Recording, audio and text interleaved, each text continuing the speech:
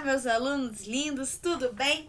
Vamos começar mais uma semana, mais uma segunda especial, mais uma semana que estamos começando sabendo e crendo que Deus está conosco e que o Espírito de Deus está em nós e por isso temos a sabedoria, temos a força, temos a alegria e você, meu aluno, vai ter aí um ânimo, uma alegria para mostrar para o professor o que você sabe, o que você aprendeu nesse bimestre por meio da sua avaliação. Então, você vai pegar agora, hoje, a sua avaliação de língua portuguesa. Você tá aqui. É onde tem os pontinhos. E nós vamos fazer a nossa avaliação.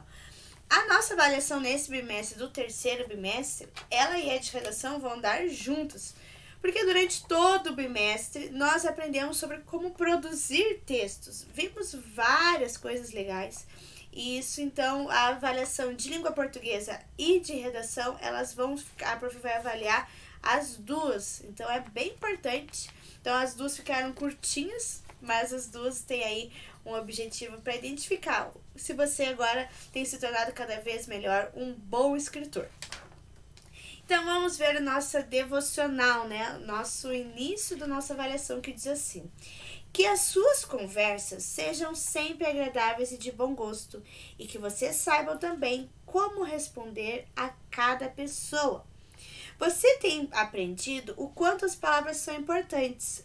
Elas informam, emocionam, revelam nossa imaginação e muito mais. Deus criou todas as coisas por meio da palavra também. Pensando nisso, precisamos aprender a usar bem as palavras. Quando contamos histórias, nas nossas conversas, as nossas palavras devem ser agradáveis e usadas com respeito. Então, nós estamos aprendendo ao longo do terceiro bimestre sobre como escrever, como contar histórias, como escrever de maneira correta as palavras. Mas não precisamos apenas aprender a escrever as palavras corretas, mas também falar as palavras corretas de maneira certa e de maneira de respeito, agradável, que não machuque pessoas, que não magoe. O versículo fala que as suas conversas sejam sempre agradáveis e de bom gosto, e que vocês saibam como responder a cada pessoa. Então, responder com educação, responder com sabedoria e sempre com muito respeito. Então, essa é a nossa devocional de hoje. Então, eu vou explicar aqui a nossa avaliação. Exercício 1. Observe as frases. Lembrando, você pode fazendo já avaliação junto com a prof. Você pode pegar a sua provinha, deixar do ladinho. Enquanto eu vou explicando, você já vai pausando, escuta a explicação, vai fazendo junto, dá uma pausa se não der tempo, e aí você vai fazendo a sua avaliação, certo? E diz assim: observe as frases, leia as definições e depois faça na coluna do meio o ponto indicado. Então, nós temos aqui os pontinhos estão com balões, eles estão dizendo algo. E do lado nós temos a explicação, a definição. E aqui na coluna do meio, você vai então desenhar e escrever qual é o ponto que é utilizado nessas frases e que também está de acordo com a definição, certo? Esse é bem simples, é só pôr ali o ponto indicado. Na página de trás, você precisa fazer a leitura desse textinho. A professora não vai ler, porque você precisa ler, certo? Então, você vai ler e depois vai responder.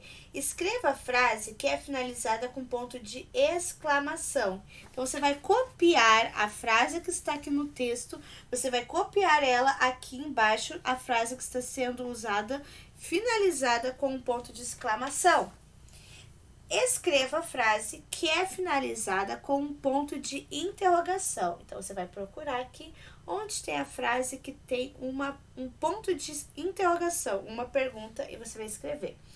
Escreva a frase que contém vírgula. Então, você vai procurar aqui onde tem vírgula e vai escrever. E depois diz, escreva a frase que termina com ponto final. Você vai procurar a frase que está com ponto final e vai escrever. Por isso é muito importante ler bem esse texto, leia com entonação, leia respeitando a pontuação, que depois vai ser bem facinho para você encontrar. E aqui então temos assim: observe as expressões do menino e escreva uma frase para cada balão. não esqueça de utilizar os 4 pontos.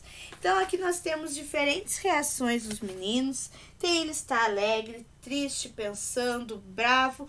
E você vai escrever aqui nos pontos, nos balões, perdão, frases que estejam de acordo com o menino estar alegre. Então, você vai escrever algo sobre a alegria dele. E aí você vai pensar, aqui, o que eu posso pôr? Um ponto de exclamação, um ponto de interrogação, só um ponto final, ou colocar vários fatos e colocar uma vírgula para separar os fatos.